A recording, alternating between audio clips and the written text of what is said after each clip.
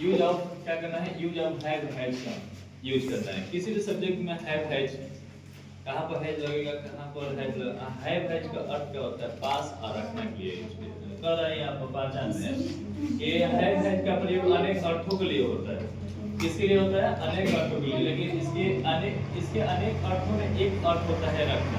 क्या होता है, रखना। और इससे क्या होता है, अधिकार और संबंध का भाव प्रकट होता है। ठीक है ना।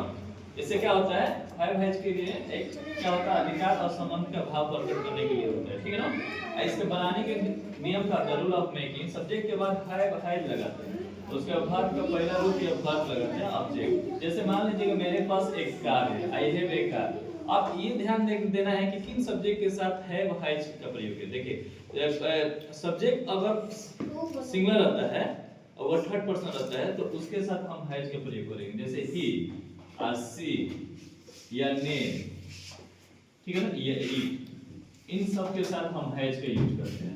ठीक है ना। और उसके बाकी के साथ देखिए, इन सब्जेक्ट के साथ क्या लगाएंगे, ही, सी या नाम के साथ या इट के साथ हम हैज का यूज करते हैं। ठीक है ना।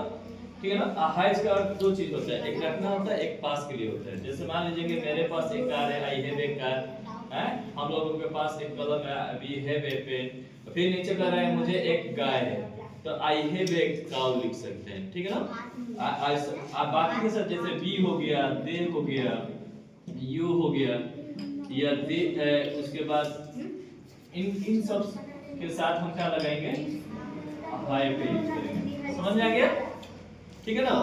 यानी ही, सी, इट या नेम के साथ हैज के यूज करते हैं, और वी, दे, यू के साथ हैव का प्रयोग करेंगे। ठीक है ना।